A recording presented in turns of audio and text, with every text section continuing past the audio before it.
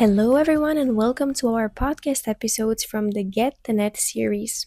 My name is Abina, and I'm your podcast host representing the Robin nonprofit organization. This podcast series is part of the GetTheNet European funded Erasmus Plus project, where together with 10 more international partners aim to support the personal, social, and educational development of young people and to enable them to have a voice, influence, and position in society as they move from adolescence to adulthood and independence.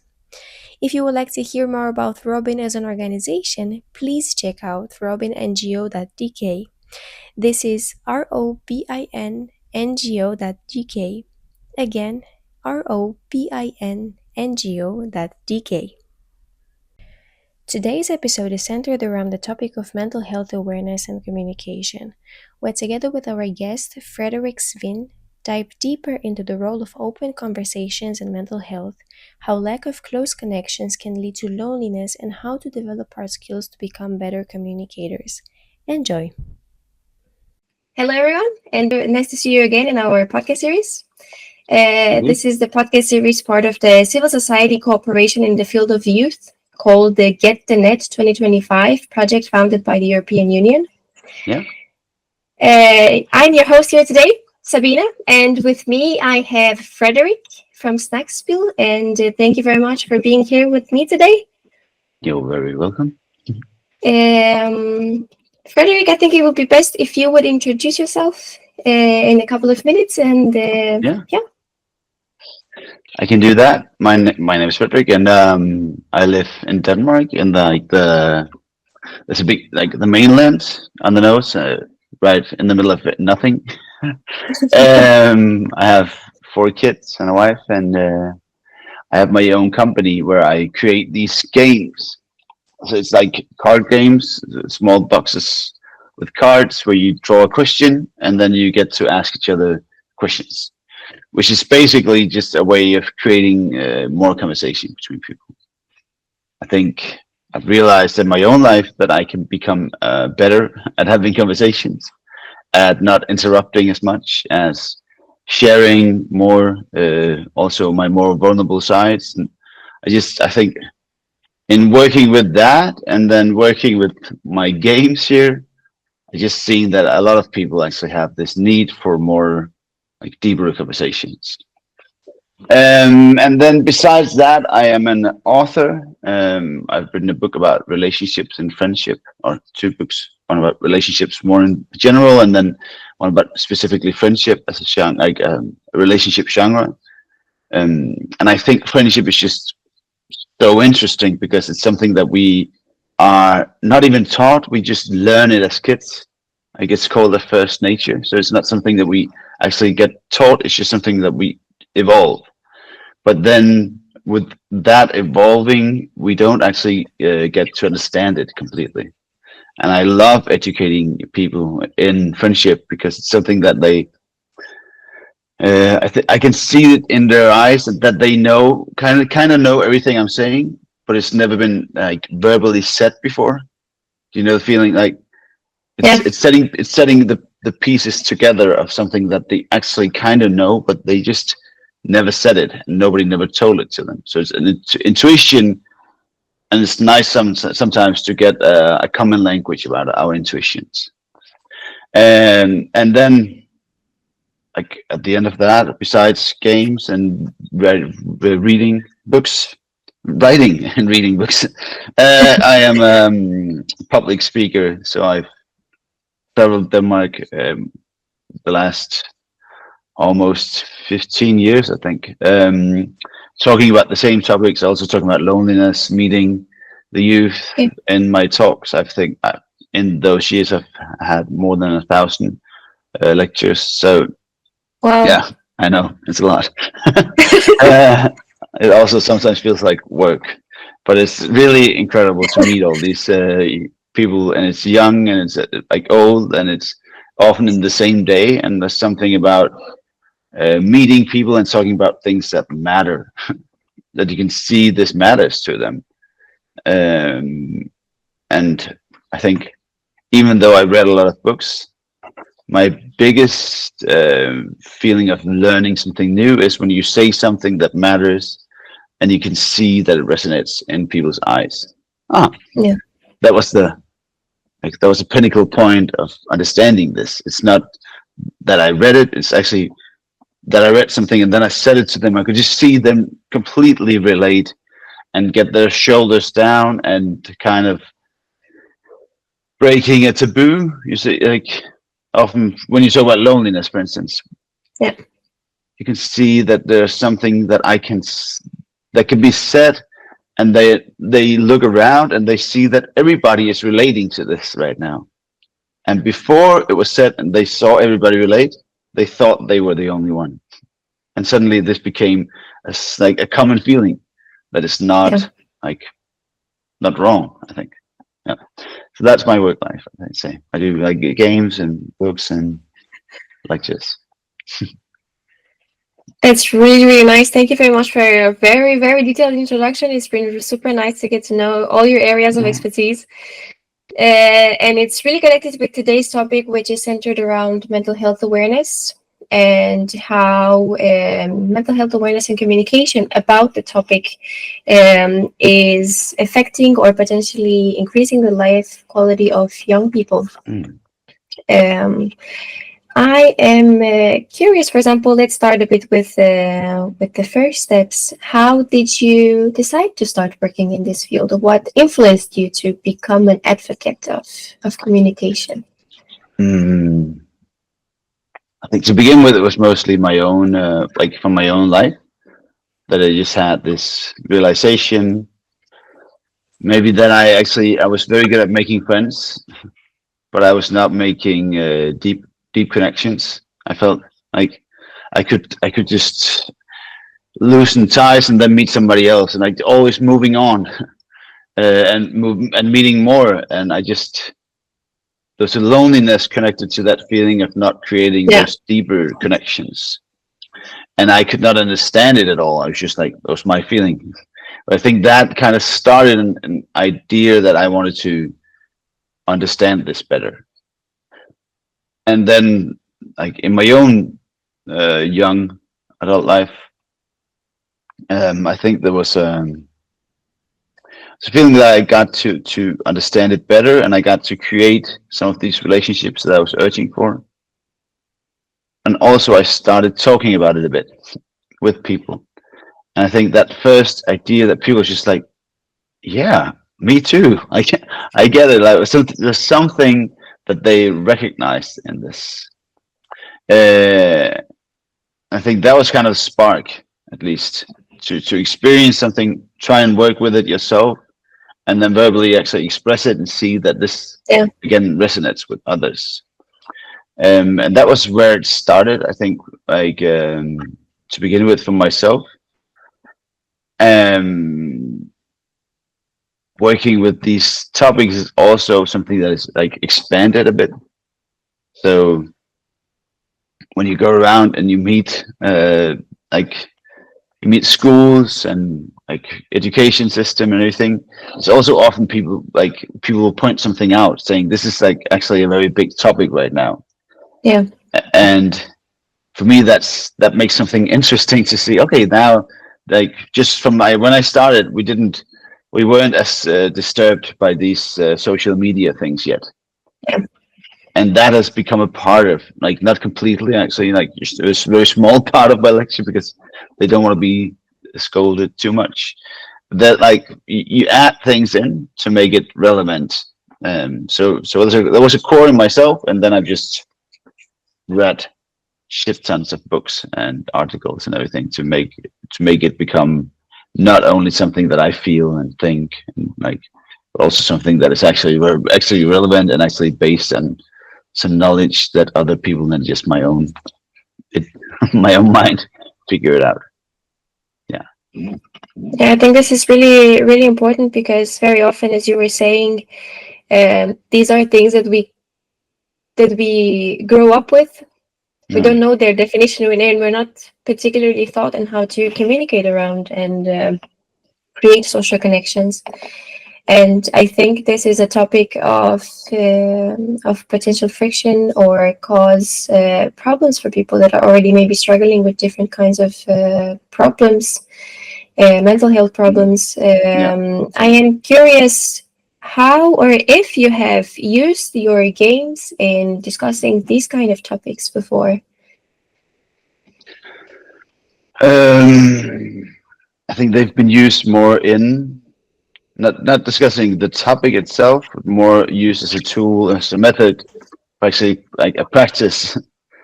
So Yeah, I remember there's a woman who worked at like a place for people with anorexia, like young girls, yeah, very like not very thin, like extremely thin. And she saw some girls using my games, and she said like she kind of walked in and then she stepped back because she didn't want to go into the room because there was a connection. There was they were giving parts of themselves to each other and sharing. And she said they had never done that before because a part of anorexia is becoming extremely self-absorbed. At least that's what she said. So it's centered around themselves, and suddenly they were asking each other questions, like getting to know each other and being curious. And she said she actually stepped out and just listened to them, and her eyes teared up because that is what they needed to get out of their own head, out of their own mind. And I think very often I've realized that people within like more mental health crisis systems become less socially intelligent. Like you lose part of yeah, that because it takes there needs to be an excess of mental like capacity to be able to behave and be good and be like to do those the good things in life that makes good relationships actually takes like a surplus at least. Like you need to be above. So if you meet people that are completely low, they often become worse versions of themselves, which is extremely hard to say, but that is true. And creating this frame where they ask and they meet each other was a, like I've seen that like like hundreds of times with young people that they become interested in each other. And I think that is extremely important in this matter. Um, yeah. Also in schools, like I've seen girls. It also worked with boys, but there's a gymnasium, like college degree, I think, yeah. class, and it was a small class, maybe 14 only girls, and they lived in the same neighborhoods, but they never in their whole life had liked each other, and they were in the same class. This was a horrible class. And I got to that class, and the teacher was looking at me saying, this will suck. Like this will be the worst. And then we got in there, and I had like a lecture, and then I gave my cards, and then she just her jaw dropped when she saw two of those girls being like the worst example in this group, and they had ended up in the same conversation group, and then they started sharing and talking. And I think what she said is that like I've never seen them share anything, any words, because on the surface they were too different. Like it's just a very it's very extremely rare. I think that's the only area in Denmark where you have that many Christian people. So it's like almost a Christian ghetto. At the school, whenever there was a Christian event in that city, the school would almost close because half of them weren't there, and like so it's like and that like schism of difference had made them feel like we are so different, we can never Yeah, meet each other. That is also like a way of creating barriers between people that makes them feel lonely and makes them not connect. Whereas if we move the conversations to the things that matter, oh, your parents just got divorced, my parents just got divorced, I was really sad. We used, yeah, you suddenly we have so much in common. but it's Yeah. also about create. Like, that is where the more emotional sharing of life becomes extremely interesting. Is that by going there, by moving the conversations to those parts, we have something in common with everybody, even the people that we might feel completely polarized by. Yeah, That's really nice said, and I think it makes total sense with people that are struggling with different mental health or problems because it's breaking those barriers and trying to find common ways of communication. I think are very hard when you're not 100% aware of them. yeah, And as you've previously said, we are so much caught in our own lives and social media and distracted by our phones that yeah, we sometimes get lost in how to actually communicate as humans in person. yeah. Um, how do you find, or how important do you find breaking those barriers and finding ways to communicate with each other? And how you think it would potentially affect in a positive way someone's Yeah. life quality? Um, I think you can't really find a study in life quality that won't say that the most necessary thing for a high degree of life quality is to have good close relationships. Culturally, that will differ from country to country how that looks, but Yeah, having a close bond with people in your life, for instance, now we before this conversation like recorded, we talked about your like going home to your family yeah, in Romania and the value of that. And I'd say maybe I value that less because I'm Danish, and I put that less in a culture, like in my own close bond box. But we need close bonds, whether it's yeah, grandparents, friends, kids. We need those to feel good. And there's not a person in the world that doesn't. It's not something that we choose. It's something that we were born with. Like, that's the first intuition. A baby gets out, and the first thing it does is suckle and do like whenever you put a baby down in the beginning, they just reach out like, don't let go. I need you. Like, they do this movement. Like, don't let go. that's true. Yeah, Uh, I really need you. Don't let go. And I think that is like that doesn't need, like, whenever I read these surveys saying, "Oh, we just found out that people really need people," I'm like, "Duh."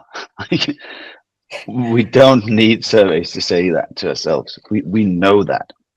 So that's why we need to maybe more purposefully like go into like on purpose go into a relationship saying, how can I create these relationships that matter?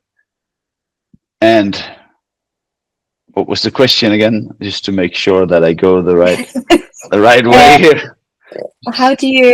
how important do you find breaking those barriers and creating meaningful relations or communication? Okay, but that's why I find it like how important is not how. It's just like Yeah, that is by fact important, not in any degree. It's just like it's not even important. It's necessary. okay, Like, you can even look at stat. If you want to look at stats, you can see that people like die 10 years earlier. They could have smoked.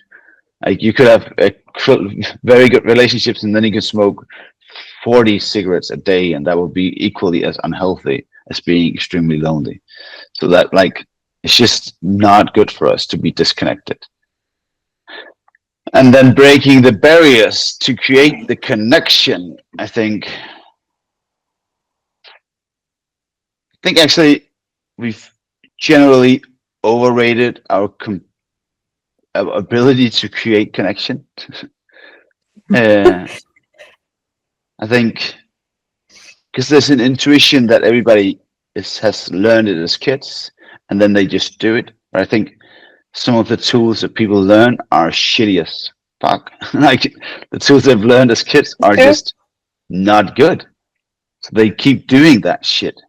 And they create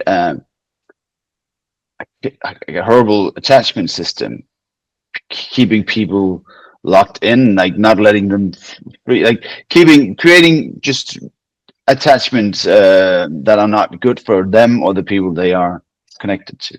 So the idea that everybody knows how to do this is not completely true. And the next step is creating a feeling that the connection is deep, that there's like a meaningfulness to it. I think that comes from, at least in my cultural appropriate thoughts, comes from being able to share things that matter. Because I read somewhere that the most important thing to have in your life to make a connection feel deep is that you have to feel that the person has chosen you. They Okay. didn't choose everybody. Like, yeah, you have to feel chosen. If you are not chosen, you're just like somebody in the in the blue. Like if I had to call a friend and say my life sucks right now, if the way that I did that was take my phone and just do like a roulette, I called because you were the one like my finger touched. That would never give them the sensation of being my close friend. And the same goes for sharing the things that are going on in my life. So if I have somebody who I want to get close with or create that, I need to share those things because then they feel chosen. And I need to invite, then they feel chosen. Um, I just don't, I'm not sure that everybody knows this. And then they are Yeah. scrambling around. That's why I feel like we have a too, like we're overrating our own abilities in this area, this expertise, because we think we're doing something, we're hoping, but maybe we're just doing the wrong shitty things again, again, again, again. I would like to take this opportunity and talk a bit about the GetTheNet Erasmus Plus project. The project is funded by the European Union and aligned with the EU Youth Strategy 2019 to 2027, as it promotes activities that aim to engage, connect, and empower young people. Following this intent, the activities offer a multitude of non formal learning opportunities for young adults and engagement in open dialogue. The project is developed and implemented by international partners from Denmark, Croatia, Italy, Romania, Lithuania, Portugal, Bulgaria, Spain, Latvia, Poland, and Greece.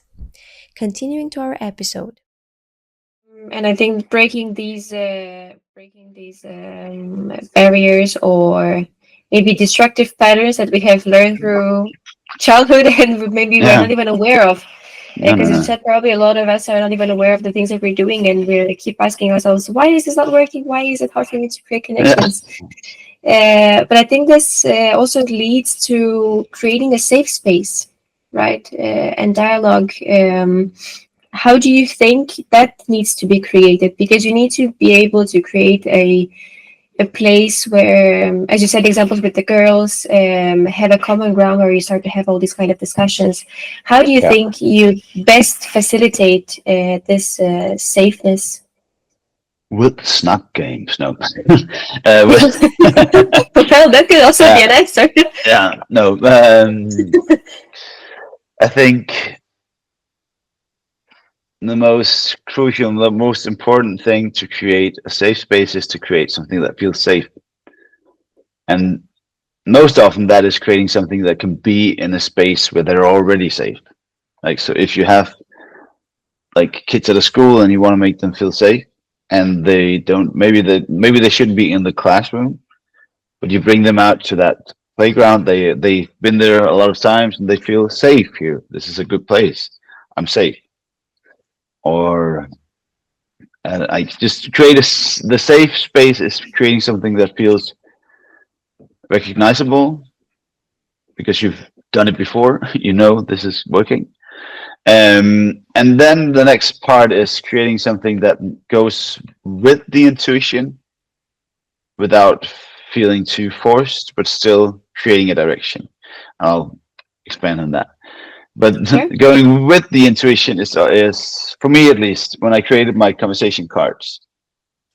I try and make it so it feels like a real conversation. That is what I mean with going with the intuition. Where a fake conversation with conversation cards can often feel like very fake, and that is like, now I have to answer this question, and there's one question I answered. That is the general idea of conversation cards. I've twisted it a bit, so you draw a card, and then you have two questions. So you have a choice, and by that you have impact. And impact is extremely important to make this ownership of the concept. So now I choose. I have a choice. And then I ask some of the other people in the group, like one of them at least. I ask, like, what is a fond memory from your childhood vacations? And then I choose one person to ask that question. And that is going with the intuition, creating a safe space where you feel like you are kind of in control. But I'm also enforcing a direction that now we are in conversation. So I think creating a space where you feel like you are partially impacting the situation, while me as the facilitator, by creating the game, has created, like, facilitated a space where this is possible. Um, and in that possible space, there is at least like the possibility of, within these questions, we have the boundaries of the space. And then I think often actually people have a hesitation about going into these spaces, that it's not Yeah. very possible to get away. I think we also need to not make it completely safe, saying this is not going to feel good completely, because whenever we go saying creating a safe space is actually saying it's the safe space is where you're at right now. That is your safe space. That's where you're standing. I read a book once called The Problem of Pain by C.S. Lewis. And he says, like, the reason pain exists is that we are so habitable as people that we don't like to move away from our safe space. But to grow and to evolve, we need to step out of that and into the other circle. But because we're so habitable, we can't do that without pain. There's a resistance whenever we need to evolve, whenever we need to grow. So I think Yeah. creating a safe space is actually maybe too far stretched. Saying this space over here will feel safe, but now we're moving you from your safe space to this space. The beauty then of facilitating conversations is that when people are in that, it feels actually sometimes way more safe than ordinary conversation. Because in an ordinary conversation, there are no rules. Everything is up to you. Like, how do you want this to be? That depends. How much should people talk? That depends on people's social skills. Where in a conversation that is facilitated, it's more like, oh, these are the boundaries. I've never had the boundaries of conversation. That's really nice. Now we have to take turns. Yeah, because that's the cards, and that's the idea of this. And you have time, and whatever you create in that facilitated space would sometimes feel way more safe when you're in it, because you know the boundaries of it. The concept is actually more Yeah. straight than in like ordinary conversation. But it's just not safe because there's a transition, and transitions will always feel painful, or at least has like a sense of resistance. That's really true. And I definitely think it helps a lot with people trying to find a better and safer way of communicating. Because, as you said, when we are in a free, open conversation, we get to choose, Yeah, right? We get to not be involved whether we don't want to be involved. But when we know the rules of the game and we know that we are both in this together, let's say, then we know that there is a common involvement and a common unwritten contract between us that we're yeah, both going to share and give. yeah, exactly. And it's not even Uh, unwritten. That's why it's usually it's unwritten. Here is actually like, this is what we have to do. We go into it with the same basis. It's nice. yeah, it is. I definitely believe so. But How is it currently the game used most? Like, are you aware of which areas is it mostly implemented in, or is it more for leisure fun, or is it used as a tool for uh, different areas? It's most for leisure and fun. We've released the Okay. games we have them like in about 400 stores. So it's like it's selling mostly in like ordinary stores. You can find them in I think every bookshop in Denmark and bigger retail stores. Like, but I constantly hear stories from a center for families or refugees or like different places with people that are helping people in some kind of social work that are telling me that they use them and that it really helps. And I think the Yeah. reason why it helps is that a facilitated conversation by something else than a person. That is why the tools become important. Is that it equals the worker, the employee, and the inhabitant of the place. Like if it's a if family housing for a period, and they need to get the kids to talk because it's a rough time they're in, and then when like an adult sits down, the hierarchy is so sharp. So like I'm the adult, you're the kid. Now I need to ask you questions, and you need to answer them, and they don't, and they Yeah. don't feel safe at all, and it's not honest. Whereas the conversation cards concept and the tools, you could use other tools probably, is kind of leveling the hierarchy, making us equal because I know we're not equal, but I have to ask you a question. Now you get to ask me a question. Then I ask you a question. And then this idea is like an equal standing where it's almost manipulative to do it that way, but it's also extremely workful. Like it works because you get people to share things that they would not do in the ordinary, more interview-ish conversation.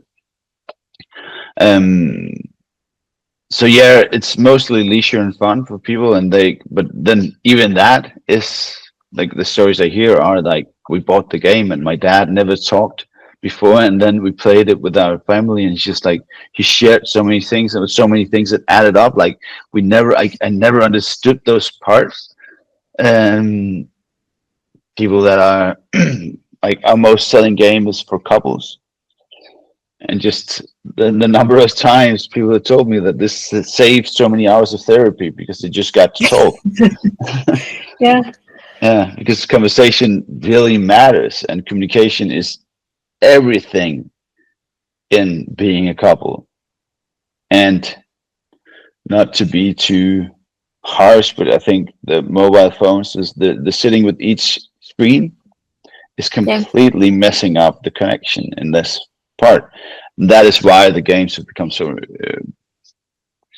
so spread out in like all of Denmark at least because yeah, we really suck. Like we don't do the right thing. We sit in each other's corners. Like my kids, even though I really try, like they find like if because I want to make them watch television together. If they're watching a screen, they have to be together. Or if we're playing like video games, it's also like on a Nintendo, so it's like together. It's a common experience. But as soon as I let them go of that common, like wanting to keep them together, they're in each room with their own screen, and I don't even let them use the screens that much. But still, that is the